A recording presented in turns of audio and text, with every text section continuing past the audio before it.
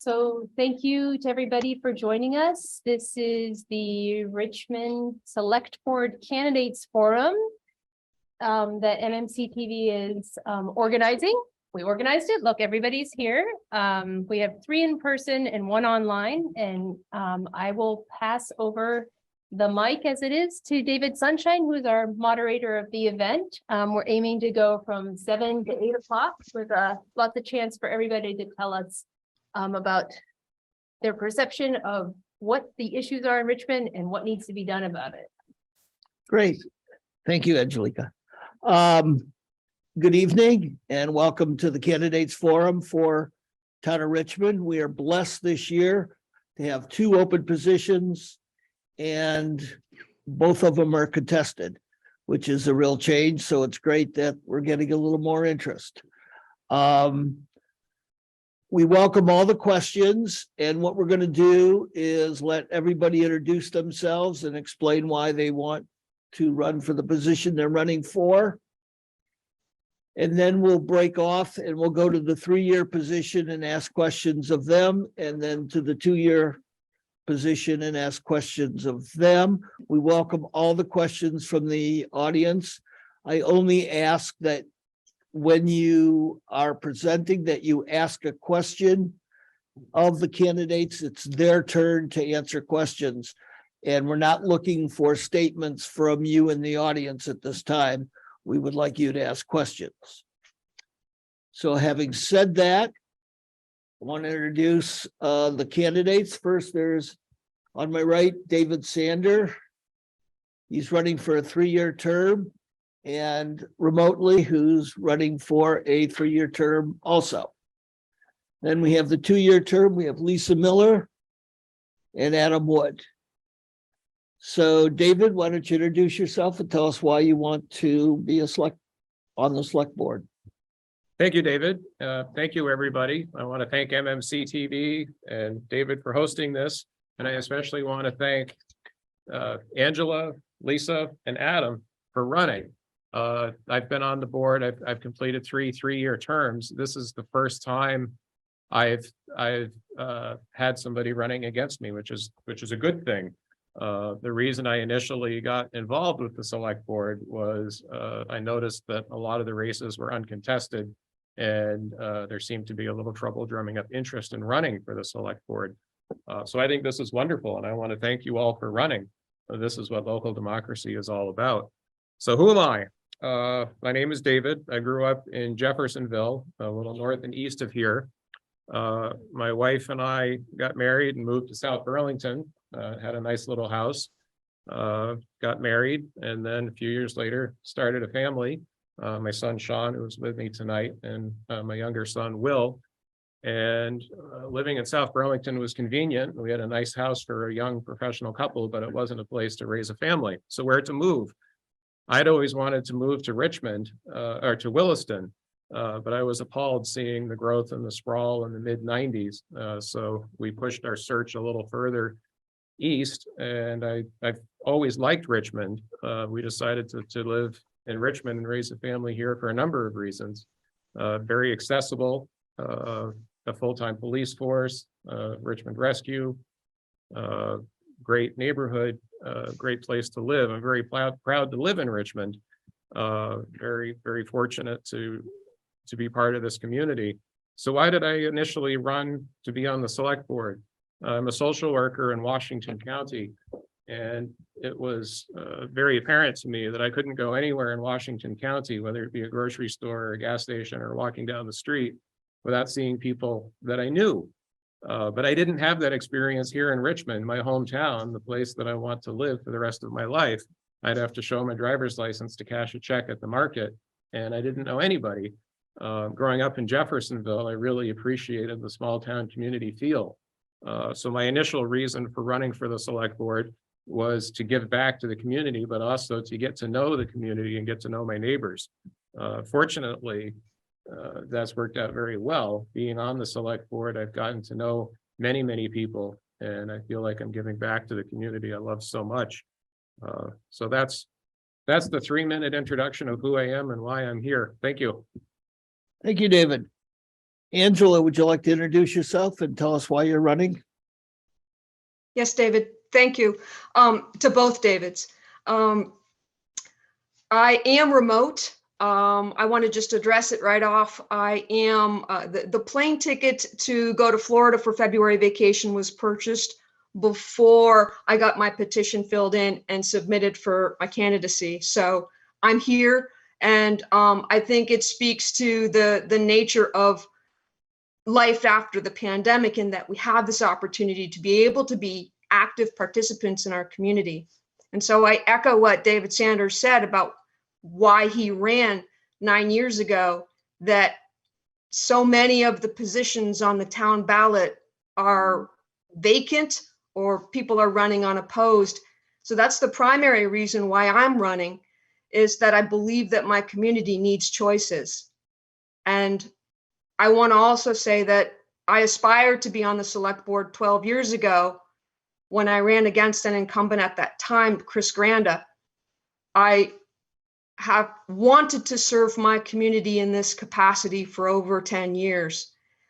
The reason why I'm choosing now is that we are in this position where I teach in Massachusetts, but I can contribute to my community in the place where I live by being able to be remote on a Monday night, twice a month. So that's the reason why am I on the ballot at this time. A little bit about my background. I was born and raised in Vermont, Richmond. I attended all of the schools in Richmond. I graduated from Mount Mansfield. I graduated from the University of Vermont as a civil engineer with an emphasis in environmental engineering, and was encouraged by all of my engineering professors to get out of Vermont for the beginning of my career. So I chose the Pacific Northwest and lived in Seattle and Anchorage, Alaska for 10 years, working as an environmental engineer. In that capacity, I had to prepare all kinds of work orders, contracts, supervise contractors, review invoices, write reports, all of the things that an engineer working as a project manager has had to do in their profession. And I moved back to Vermont in 1999. At that time, I changed career and became an educator. My licensure is in physics, chemistry, technology, and engineering, and I've enjoyed teaching for the last 20 years. During that time period, I got the Triple Crown and graduated from St. Michael's College with a master's degree in education. So I love Vermont. I love Richmond. I live in Richmond. It's my primary residence, and I want to serve my community in this capacity. Thank you. Thank you, Angela. Now we'll hear from the two candidates for the 2-year term. Lisa, why don't you introduce yourself and tell us why you want to run? Hi, I'm Lisa Miller, and I'm running for the 2-year seat, as David said. The reason well, where do I want to start? I think what I really want to do is tell you why I'm here. I'm not from Richmond. I'm not from Vermont. I am from the US. I grew up in Northern Virginia, near Washington, DC. I went to college at the University of Virginia and spent my whole life in the South up to the time I left college. After that, I got a job in Michigan, and I wound up working for different companies. Finally, I retired from Praxair in Buffalo, New York. And we moved here because our daughter is, in fact, I've got these Petroglyph flyers. She owns Petroglyphs in Burlington, and a lot of people know Petroglyphs, and we do too. And our granddaughter and her family live in Bolton. And I tell you, that's just not very close to Buffalo or anywhere else. So we moved, we looked for a place to move to, and Richmond came up. It was perfect. It's 15 minutes to Bolton, and we can pick up our granddaughter at Smiley School, and life is good. I really like I'm Richmond. sorry, Lisa. Now somebody's asking me to have you move the mic closer. Oh, I I'm hope you all heard sorry. everything I Thank you just said. for I think they got some of it, but they were just asking for a little more volume. Okay. Well, we love Richmond. That's why we're here. So, but we're not from here. So the Petroglyphs connection, I guess you heard that, but we really want to give back to the community. This community is something. It's really, like they said, it's contested races for select board. It's really I think it's something I've done in the past. My history has been a lot of work with government, volunteer work, because I'm an engineer. I had regular day jobs, but I was on the planning commission in Cranberry Township, Pennsylvania for 7 years, and kind of got to the point where I wanted to see our planning enacted into law. So I got elected to not the select board, but the board of supervisors in Cranberry, and I spent 4 years there. And I've been on the Richmond Planning Commission for the last 2 years. And now, same thing. I kind of want to see the zoning regulations that are being rewritten passed to law and enacted. So I'd like to follow those and work with the rest of the select board to iron out whatever difficulties there are and get those moving.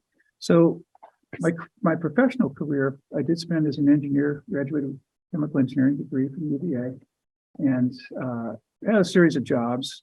One thing that I've learned in every one of the jobs that I've had is technology, first of all. I've got a US patent with my name on it here. And also how to work in a team, how to do teamwork, how to delegate, how to problem solve, troubleshoot. Half of my career has been fixing problems that we didn't anticipate and getting past that point to success. So it's something I'm sure I can apply here in the select board. And it's a different format, but problems are problems and solutions are solutions. That's what I'd like to do. So I do have my guidance. I'm taking from the town plan. I've got that right here, and I've got it all kind of bookmarked, all these little tabs on it. I've actually read this thing, and everything that's in here is something that Richmond should expect in the future, maybe off in the distance, or maybe next week. I want to use that as my guide for what we should do on the board. So thank you very much. And thank you for everybody being here. Thank you, Lisa. Adam, why don't you introduce yourself and tell us why you'd like to run? My name's Adam Wood. I grew up in Heartland, Vermont, moved to Richmond about a decade or so ago. Been on the Richmond Fire Department for about 6 years, and lucky enough to be appointed Richmond's town health officer for going on 3 years now, I believe. I'm running for select board because in my time in Vermont, through most of my life, I've come to realize that the small town politics and institutions are the biggest thing that sets Vermont apart from any other place I've visited or heard about. I think it's important to get involved and give back. And I also think it's important for people like myself to get involved early and learn the ropes so that we can carry the torch on as we need to make these same decisions in the future. I think it's important that let me say I've talked to many people and told them how I think more young people should run. And after many years of saying that, I've come to realize that I need to be the change that I was preaching to others. So I guess that's why I'm running. And then as far as what I would seek to accomplish, I don't really have a specific agenda on the select board, but I think that there are a few overreaching issues that are, pressing in everyone's lives right now, and specifically in Richmond. I think housing is very important, and we have the opportunity to usher in a Richmond that keeps the character of the town we have now, while also allowing more people to join in the community without losing the character of our town. And I think that's a very important topic, and I'm sure there'll be many topics that pop up as we go along. Thank you. Thank you, Adam. Okay, let's get going with questions. Do we have any questions from? Is there anybody in the audience here? Yes, sir. Ask away. My name's Marshall Paulson. Good evening. And again, I'd like to echo thank you for stepping up and making yourself available to ask to serve on the select board. Just a general question. I think we're all in agreement that serving on the select board is a pretty big time commitment. And I'm just wondering, and I'd asked our candidates to speak to the question of, knowing that we all live busy lives, how do you see yourself fitting in the time to serve on the select board? So David, why don't you lead off and answer that? Well, Marshall, you're very right. Bard Hill and I once did a back of the envelope calculation, and we figured out we were making something like 52 cents an hour, given our stipend and the amount of time that we put in. You're worth every penny of it. Thank you. There is the stipend, but it really is a volunteer position. On the face of it, yes, you meet twice a month and the meetings can be 3 or 4 hours.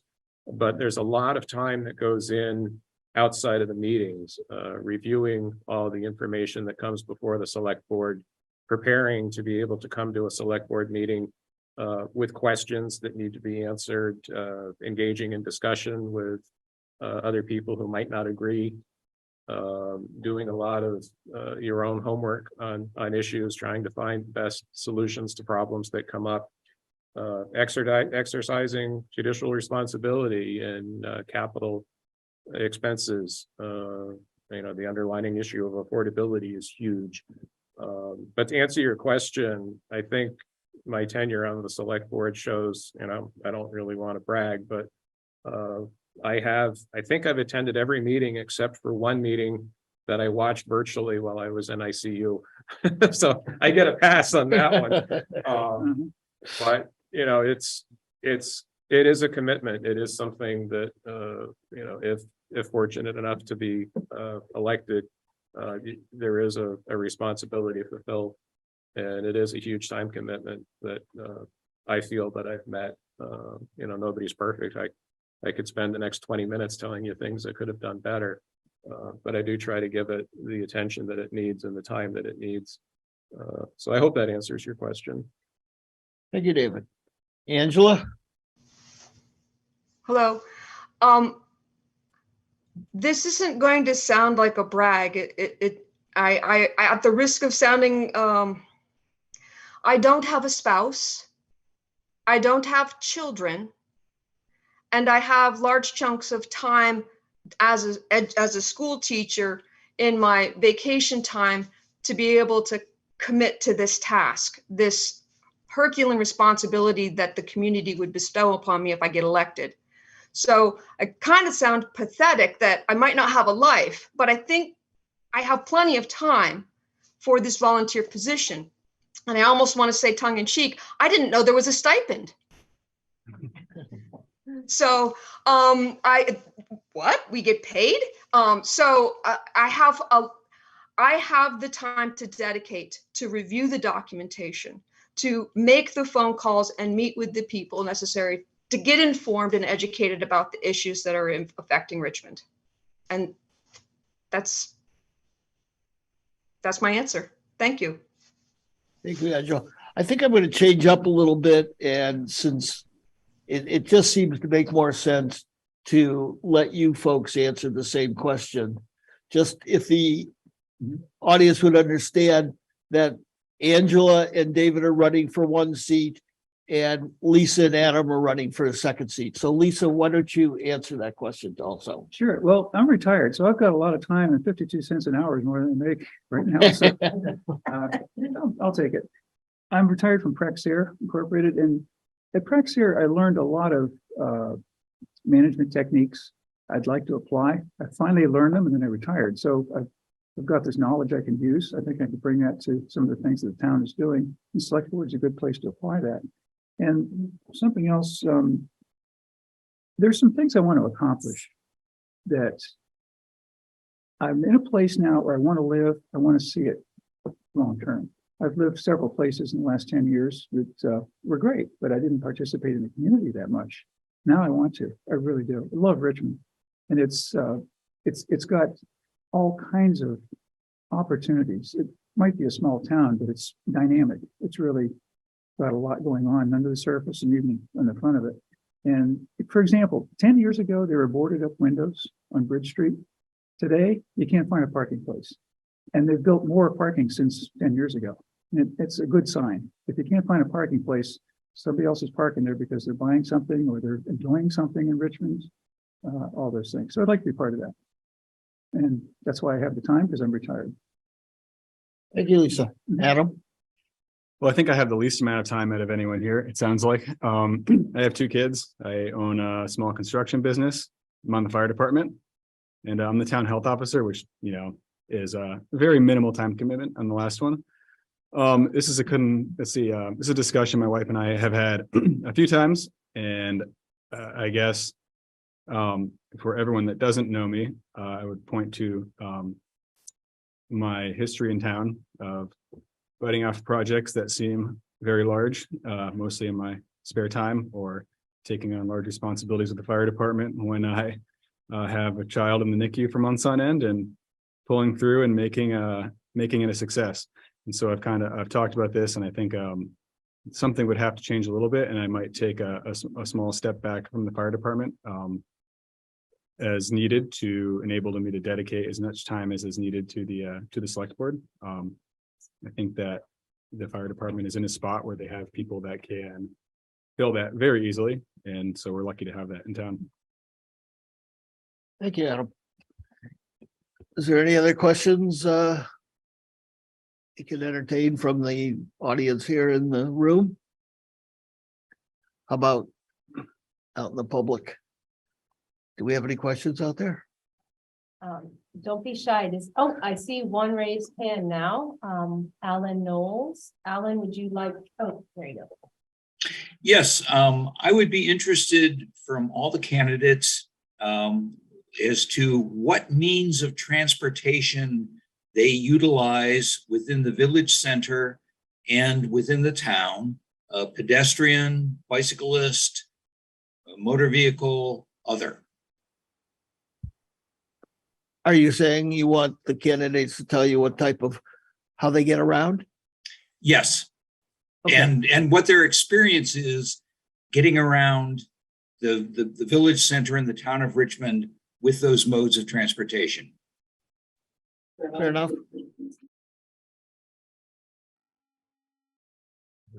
Sorry. Adam, you want us to lead off Oh, on this man. one? Thought I had 3 candidates.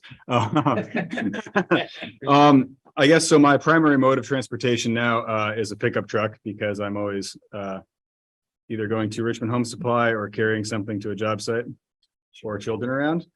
But it's a little bit of a joke. But we used to live right off of Bridge Street on Old Brooklyn Court, and we would utilize the town center by walking into town all the time. We would do our grocery shopping by walking into town. Now we live on East Main Street, just far enough out of town that it's not quite safe to walk into town or bike into town with two young children. And so, yeah, we've had to drive into town. And I guess as far as our experience, I think, overall, relative to many other places I've traveled to, it's good, but I do think that that's not the ideal mode of transportation. Living so close to the center of town, parking in Richmond is good for the amount of space we have downtown, but I guess it's kind of a conundrum to add more, whether adding more parking would ease the parking issues or simply encourage more vehicles in town. So I would say I guess I haven't thought about my experience specifically in town with parking my truck as much as I have done it out of necessity. Lisa? Yeah, we've got 2 ICE vehicles, and one of them sat most of the winter. I think we used it in December, then we used it last week. So we use a Subaru for the most part because it'll go anywhere, anytime. It's a great vehicle. But long term, we've debated about a hybrid vehicle or pure battery, pure electric. We've gotten a quote for solar panels from Suncommon down the road near Waterbury. There's a lot of money, and we need to see longer term really what the best direction to go is. We're headed towards electric, at least hybrid, which kind of bridges the gap between Sorry, Lisa, I'm seeing people leaning a little closer. You're a little soft spoken today. Oh, that's, yeah, too much to be good. Thank you. I've been known to be loud. Let's see what happens. Thank you. Sure. I don't know how much of that you heard, but we've got 2 ICE vehicles. We've parked one most of the winter, so we're using one. It's a Subaru. It's a great vehicle. Won't climb walls, but you do almost anything else. And we long-term want to go with either pure electric or probably hybrid, because of the still charging stations are kind of sketchy as far as taking a long trip with a rechargeable vehicle when we have to sit on the side of the road for a long time. We have the time, but I'd rather not to sit somewhere. So hybrid might be the way to go for the next 5 years or so. Does that answer your question?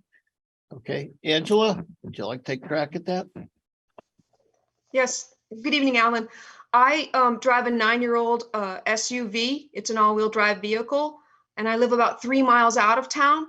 when I am traveling into town, I usually combine my trips. So I'm headed to the hardware store, the grocery store, and the post office all in one trip as I'm bringing my trash out to the dump. So I minimize my traffic through the town of Richmond because, Alan, I've observed what everybody in town has observed, and that is that parking is at a premium right now, especially during those prime traffic times of the day. I'm not in a position to replace my vehicle at this time, but I am considering the hybrid technologies that are out there. I will say anecdotally, though, that my niece and her husband have one of their vehicles is an electric vehicle, and they're running into problems in the wintertime that the battery isn't sufficient to provide heat in the cab right now while he is commuting to his place of employment in Burlington. So I guess I'm kind of leery at this point, but I know that I will be making that transition to at least a hybrid vehicle in the next 5 years when I replace what I'm driving. Does that answer your question, Ellen? Okay, well, yep. David? Aye, that's a good question. Anybody that knows me knows that I could be seen in a number of different vehicles. It's kind of my hobby. I had the cars that Ryan Cochran Siegel's parade had a year ago this week. But yeah, and the two Saabs that were behind it, or three Saabs that were behind it. My everyday car is a Subaru Outback. I've had it for 20 years. It's got 327,000 miles on it. When that car dies, if it ever dies, I am interested in a hybrid, but I'm cheap and I'm going to keep that car until it goes. And so far, it's giving me a run for the money. The Subaru is a great vehicle. I live on Kenyon Road. Anybody that's driven Kenyon Road in the winter knows it can be challenging. My driveway has 2 right turns plus a 12% grade. The Subaru goes right up. There are 3 Subaru Outbacks in my driveway right now. As far as the village, I spend a lot of time downtown. I usually park the car somewhere and leave it and then walk the rest of the places I have to go. When it's not raining and it's warmer out, I come down every night and walk my 2 dogs in the park, leave the Subaru at the far end of the park. So does that answer your question? It's kind of a long-winded answer to a simple question. Okay, thank you. Let me pose this question and we'll start with David on this one. An issue that seems popular on Front Page Forum is speeding on town roads. And I'm wondering what your thoughts are about it and what you think is a solution. David? Oh, that's a good question. And it's something that I am pretty upset about. I've never gotten a speeding ticket. I tend to be a careful driver. I've been hit twice by aggressive drivers each time the car was totaled and I was injured. So that's something that it's a trigger for me. I've been on Cochran Road before and I'll come over a hill and I'll see a jogger or a cyclist or something and there's no place to go. But since I drive slowly, it's okay. But it's dangerous. The town is working on a number of solutions. We got the flashing radar signs with a blue strobe light. I campaigned to get the blue because I was out of town this summer and I came over a hill and I saw that and it scared me. I'm like, oh, it's a radar. Okay, yeah. So I know they're effective. That's one tool that we have in the toolbox that we're using. We have 4 mobile carts that we're going to put out that flash the speed. We're looking at putting in speed bumps. It's which way do you look at it? Do you put wider shoulders on Cochran Road so there's more room? Well, if there are wider shoulders, then there's an argument that could be made that people will go even faster. We can't just lower the speed limit. We have to do a traffic study and get data, and so there are many approaches to that. So it is an issue. It's an issue. I live on Kenyon Road, and when I've done ride-alongs with the police officers, we clocked a car going by my house with the speed limit's 25. They were going 67 miles an hour, and that's every day. So it's not just a Cochran Road problem. Cochran Road is bad, but it's a townwide problem. And I hate to say it, but it's a problem beyond Richmond.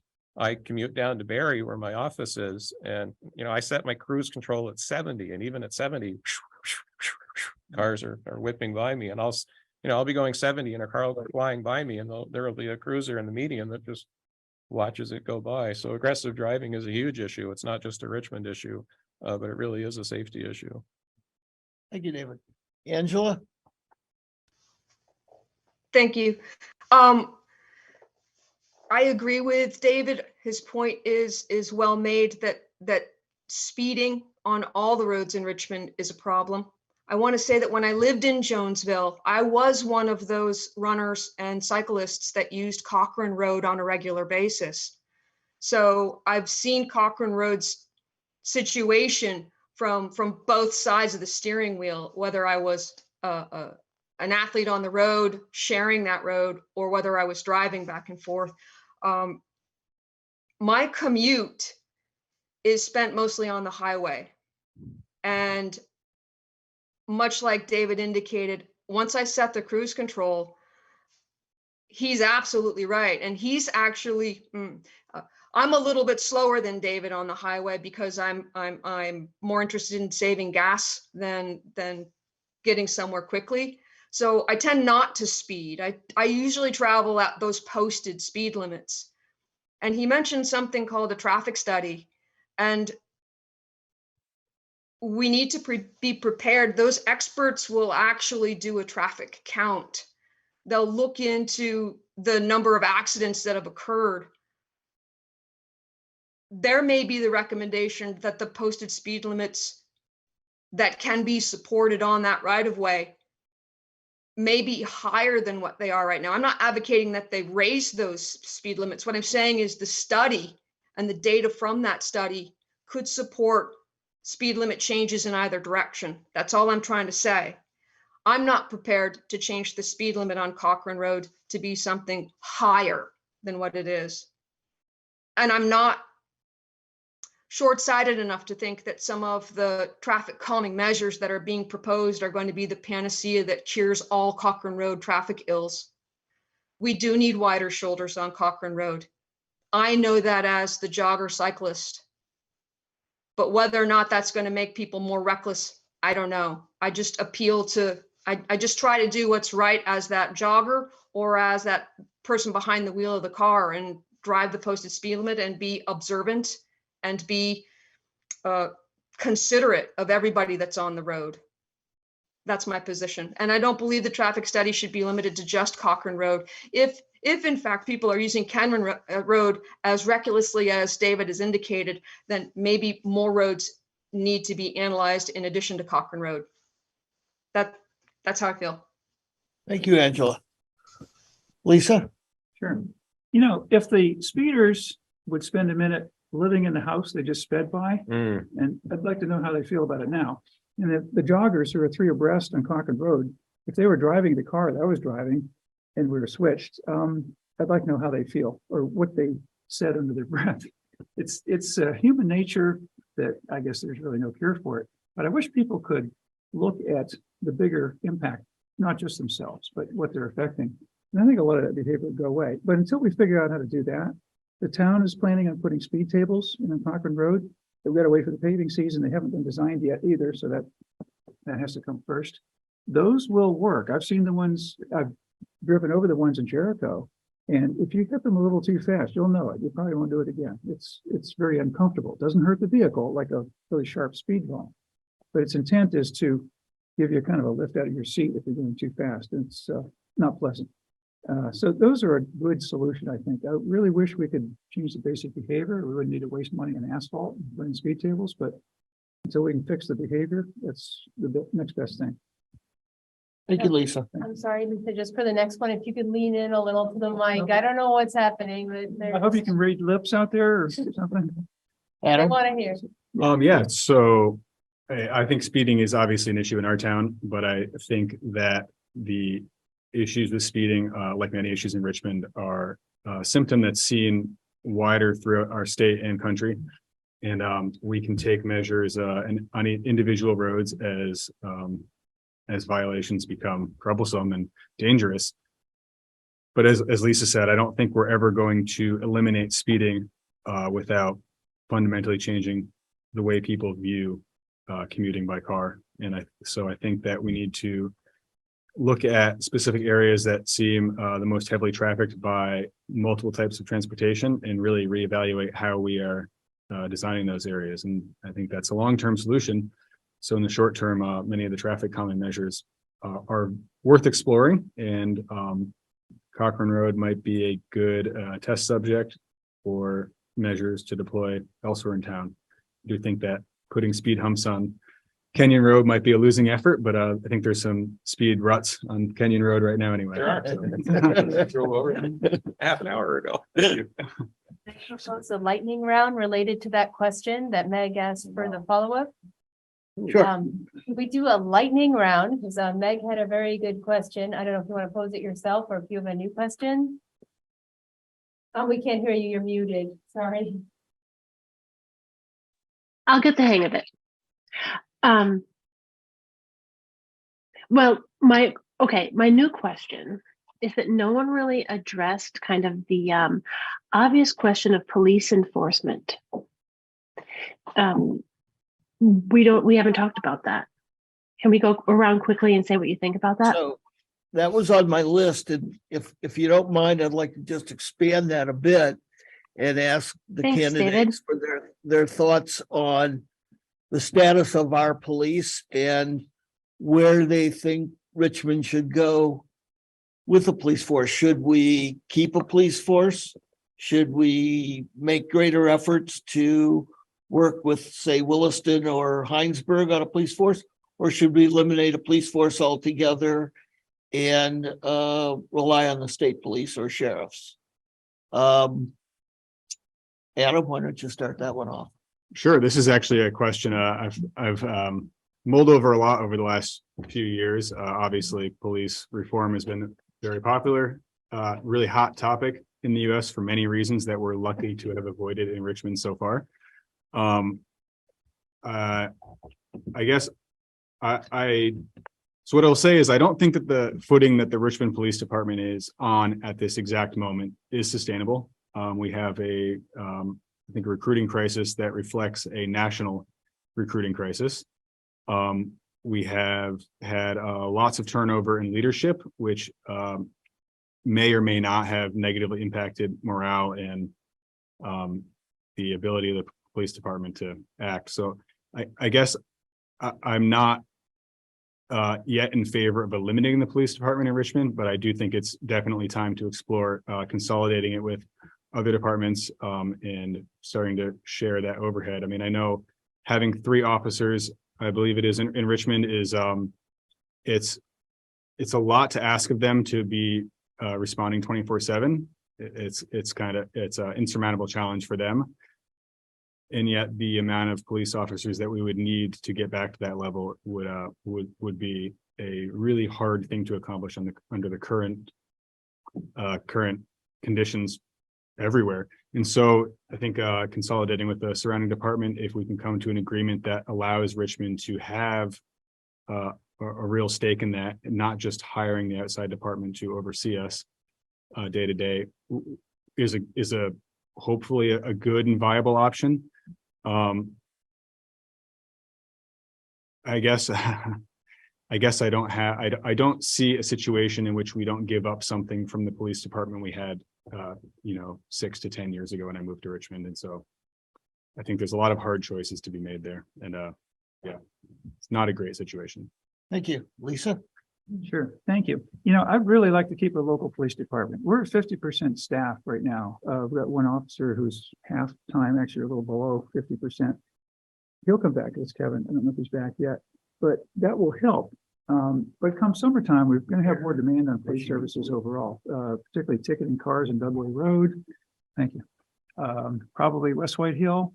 There seems to be I've seen a lot of advertising of Richmond's amenities, outdoor amenities like the Gorge, in outdoor magazines that you can pick up in the counter in Cleveland or maybe Chattanooga. I mean, Richmond is becoming well known across the country as a biking destination. The Gorge is unlike anything other towns have. So our police department needs to be local. I think they need to walk the beat in town, show the flag, so to speak. That will do a lot for morale. One officer can show the flag and make it feel like a police force of 2 or 3 times that many people. Meanwhile, the others are out hauling in ticket fees and all those things that might get people to slow down. So we can't get coverage from the Vermont State Police. They've said so, just flat out no. They're strapped. And I think they're probably busy with major crimes and investigation units that we might need to depend on. God forbid we need that, but they do that work and they haven't got anything left over. So I think we need to rely on ourselves, have our own police department here. The police department here is being worked into the town center renovation plan. We'll see where that goes. It depends on what that part would cost, but I think that's the way to go. Angela? I agree with both Lisa and Adam in that a local police department presence should be maintained in Richmond. And both of those candidates have indicated the tensions and the stresses that we're experiencing right now and in the last 5 to 6 years. I don't think, I'm not hopeful that we will have candidates filling the open positions anytime soon. And with that being said, I think that we should be going into conversations with those local departments, Heinsberg, Williston. As Lisa's indicated, the state police just can't pick up the extra shifts here and police Richmond for us. But maybe our neighboring towns, those neighboring departments, could help us pick up the slack and make sure that the coverage that we need is being provided. I don't know what that mechanism would look like, but we would definitely need to be researching that and come up with an informed decision. As Lisa's indicated, the remodeling of the town center is including a police department footprint area for a police department. And as we begin to try to make these decisions as a community, yes, local law enforcement is important, having a local police department, but it won't look like it has looked in decades past. I can't predict what it will be in the future, what size it will be, how much square footage in the town center the department should have. I have no idea how many officers from neighboring departments should we go into an agreement with a neighboring department, what that would look like. Those are all details that would need to be ironed out and negotiated. So we have to look at all of our options. Thank you. David? Thank you. That's a good question. I strongly support a local police department. One of the key reasons we moved to Richmond was that we have a police department. I recognize it's expensive, annual budget of about $700,000. That's not cheap. I have an alarm at my house. I have peace of mind knowing if I'm out of town for a conference and my alarm goes off because somebody breaks a window and tries to break in, there will be a Richmond officer at my house within 10 minutes. That's great peace of mind. My neighbors on either side of us have had break-ins and Richmond was right there. When my sons are out driving at night and I'm in bed and it's 12 o'clock and they're not home yet, I feel comfortable knowing that we have a police presence here. If we eliminate the local police department, that response, that confidence, that peace of mind is gone. And the state police have been very honest and forthright about that. They can do coverage, but it's when they have availability.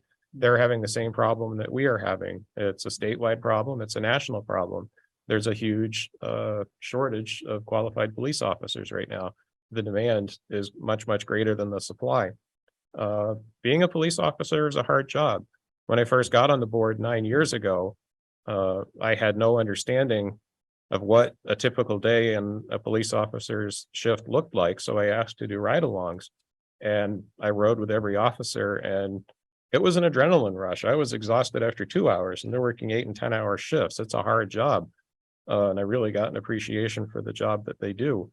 If we don't have the local police department, we lose that security and that safety. Speeding was mentioned. Even if we were fully staffed, which we're not, but let's just say we were, we still couldn't run radar speed enforcement on every road in Richmond. We would have to do targeted enforcement. They would focus the enforcement on areas where residents are saying, hey, there's a speeding problem. And then they would do local enforcements there and surgically run radar in the high volume, high traffic areas where speeding is an issue, and then it will come down, and then people will speed somewhere else. So they'll change the focus and move over there. So speeding enforcement is something that needs a surgical targeted approach, but we have to have the police department to do that. Without a local police department, we're not going to get the sheriff's department or the state police to run radar on Cochrane Road from 3 to 5 p.m. on weekdays. It's just not going to happen. So I hope I answered the question. I tended to ramble a little bit there, but Thank you. We probably have time for one more issue. Oh, I see a hand. Meg is. Meg, Only if no one else has a question. let me go to someone who hasn't previously answered or asked a question. Sure. Hi, Chris Granda. A lot of the day-to-day business of the select board is sort of monitoring the operations of the town and paying attention to the spending of money, of the people's money.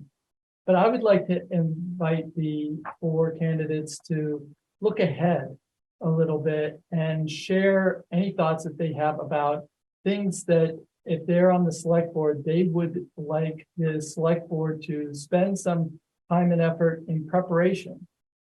Since I moved to the town 18 years ago, we've had natural disasters in Irene. There's been a pandemic. We've had the need to make very large investments in infrastructure in the form of a water tank. There's a lot going on here. There are a lot of challenges, but I'd like to hear the candidates say what their priorities would be for the select board to think about looking forward. Thank you. Thank you, Chris.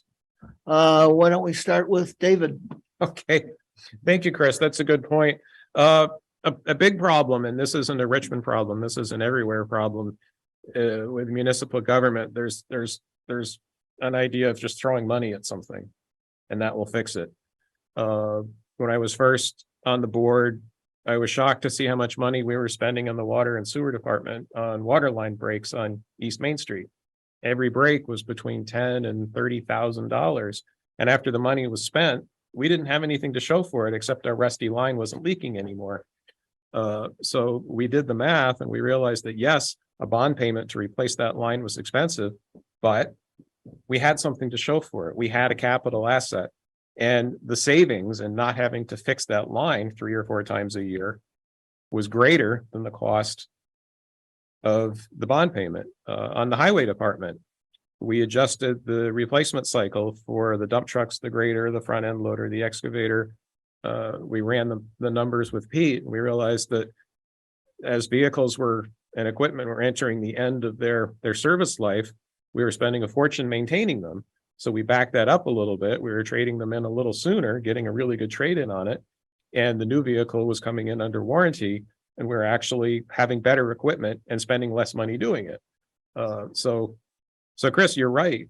Capital expenses need to be thoughtful, planful.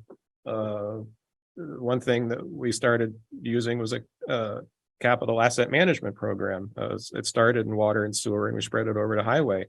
What is that? Well, that's an estimate on what the service life of a particular piece of equipment is. So let's say in water sewer, a mixer goes at 5 o'clock on Saturday afternoon.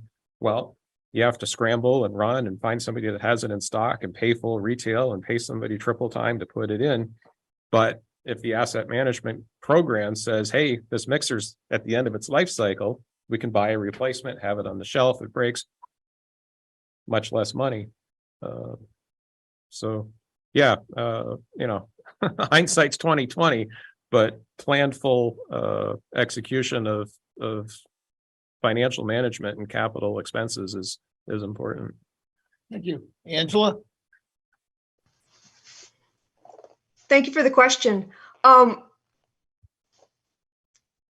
In education, as well as engineering, we use something called data-based decision-making. And so I'm glad David Sanders brought up the capital asset management program, and glad to hear that we're using it to allocate our resources more efficiently, which is, I'm a strong proponent for letting the data decide, or at least point us in the right direction for how best to spend the limited financial resources that we have. One of the things that I would want to focus on is making strategic improvements that will be able to be absorbed. The ongoing operation and maintenance of those improvements will be able to be absorbed into the town budget without resulting in some financial cliff that we fall off of, that we've created an improvement, but we don't have the means to continue to operate and maintain it. Those are real problems that exist in town management as well as in education. You all have heard the phrase an unfunded mandate. And so when I think in terms of towns spending dollars that are going to end up in increasing a town's budget in such a way that it wasn't an efficient choice, that the decision didn't result in real value realized, it ended up being a burden, an ongoing burden to the community and their bottom line.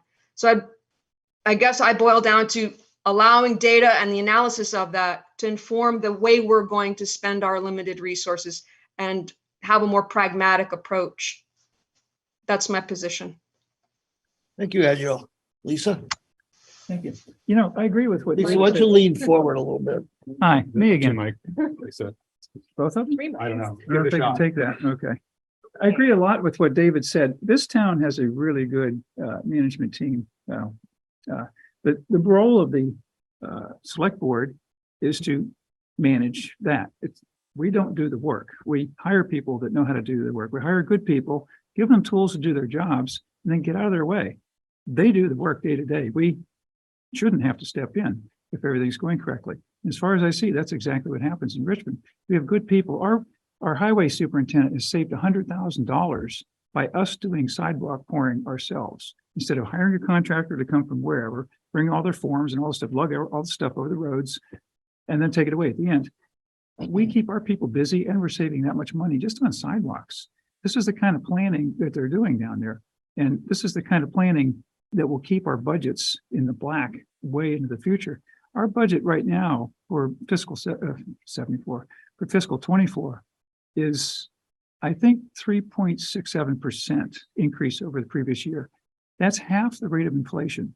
So if you're getting a cost of living adjustment, you know, from Social Security or your paycheck or something, you're actually gaining money.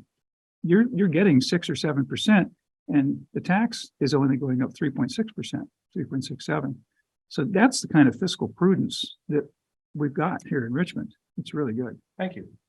Sure, thank you. Good job. Thank you, Lisa. Adam? oh, it's in the mic. Oh, yeah. Yeah, I guess I'll start by saying, you know, I own a small business. It's just me and two guys. And so keeping track of the finances, I'm well aware of the death by 1,000 cuts on my projects. That said, I don't think we can run the town like a small business. They're just fundamentally different. And then I guess I want to take what Chris said a little bit about the capital planning and kind of spin that into what I think the biggest looming catastrophe in Richmond is the other town service departments that we have aside from the police department.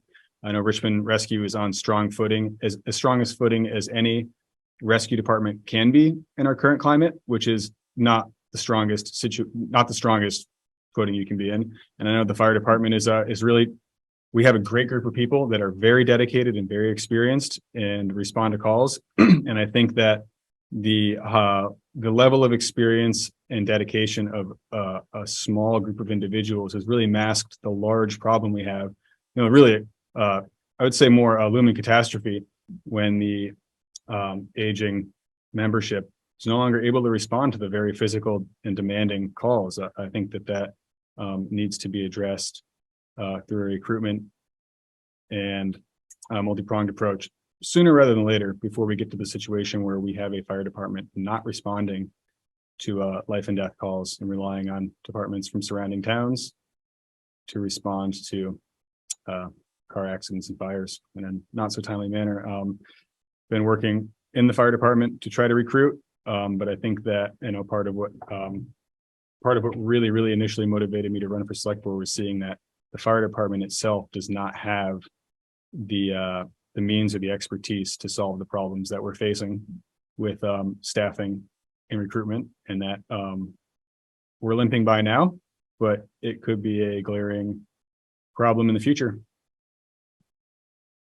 Thank you, Adam. So we're approaching the end. I'm going to give each candidate a couple minutes at best, just to sum up and tell us one last time why you want to be on the select board. And let's start with Adam. Oh, okay. Let's see. I really want to be in the select board because I think it's important to tackle all these topics head on in a thoughtful and collaborative manner. And I've seen Richmond doing that. And I don't want to join the select board to change it. I want to join the select board to keep that trend going. And I think that learning town government while I'm young and have the years to use that expertise is beneficial for my own feelings about my community and the community at large. And I hope to take my expertise of having family, other people do, and working in the town in a volunteer capacity, and really continue making Richmond a place that everyone can enjoy and live in, and hopefully continue to thrive, hopefully long enough for my children to live here, even though that's a very long ways off. Lisa? Thank you. Well, I asked myself, why would I want to do this? Thanks. Don't ask that. Yeah. So the next question was how. I've got the time, I've got the interest, I've got the skill set, I've got the experience, and I want to live our future. I want to participate in it so I can know what that future is going to be. That's what I want to do. So I'm running for the select board. And I do want to say that our growth, the growth that we're going to have, it'll be slow but steady. It needs to be planned and managed. We've got a town right next door that's bursting at the seams, Williston. They don't necessarily have a lot of choice, but the way they're growing is not the way Richmond should grow. Richmond's got historical features that need to be taken care of. They need to be preserved. Richmond has got a way of life that I think needs to be preserved. And I think we can do that, even though we're 4 miles from Williston. I think we're on the right track with what we're doing. I've been on the planning commission long enough to see what we're trying to fix from our town plan. Let me hold this up again, see all the little tabs there. This is the town plan. I am. Actually, this is good reading. It's long. But it lays out a map to the future for pretty much as far as you want to think ahead. And we're following it. And it is a good plan. And it's our map. So anybody that wants to know where we're headed, just read the town plan. That's what I think we should follow. We do have committees and boards, commissions in the town that could use people, volunteers. The volunteer commitment for time is not near as big as being on the select board. It might be a meeting or two a month, and that's pretty much the end of the commitment. You do get to talk to people knowledgeably. So we'd like to have people step forward. We have some openings on some of the committees and commissions, and people that want to stick their toe in the water, or maybe 2 toes in the water, try them out. It might be, it's not an election. You get appointed or you can leave. You can resign anytime you want. So try it out, and I think you'll like what you see with Richmond and Michelle. Thank you, Lisa. Angela? Thank you. David Sanders has, as my running mate here, or person, excuse me, that I'm running against, has been on the select board and served the town of Richmond for 9 years.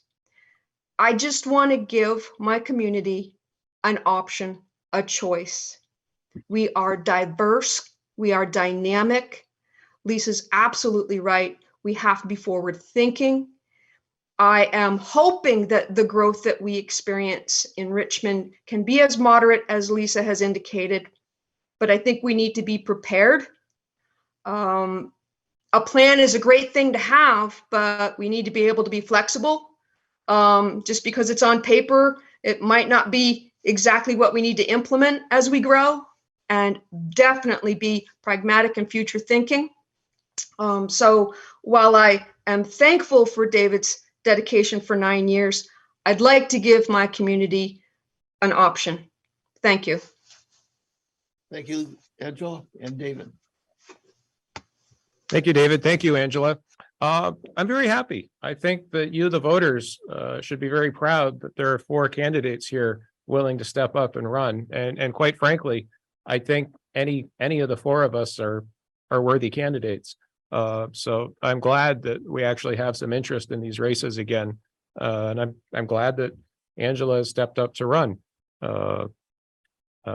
I think the 9 years that I've been on the select board have demonstrated that I'm willing to put in the time and the effort, the commitment, learn from my mistakes. I've gotten, I just lost my train of thought again. I've worked really hard to build consensus in times of conflict, to conduct myself in a civil manner, to lead through problems as they come up.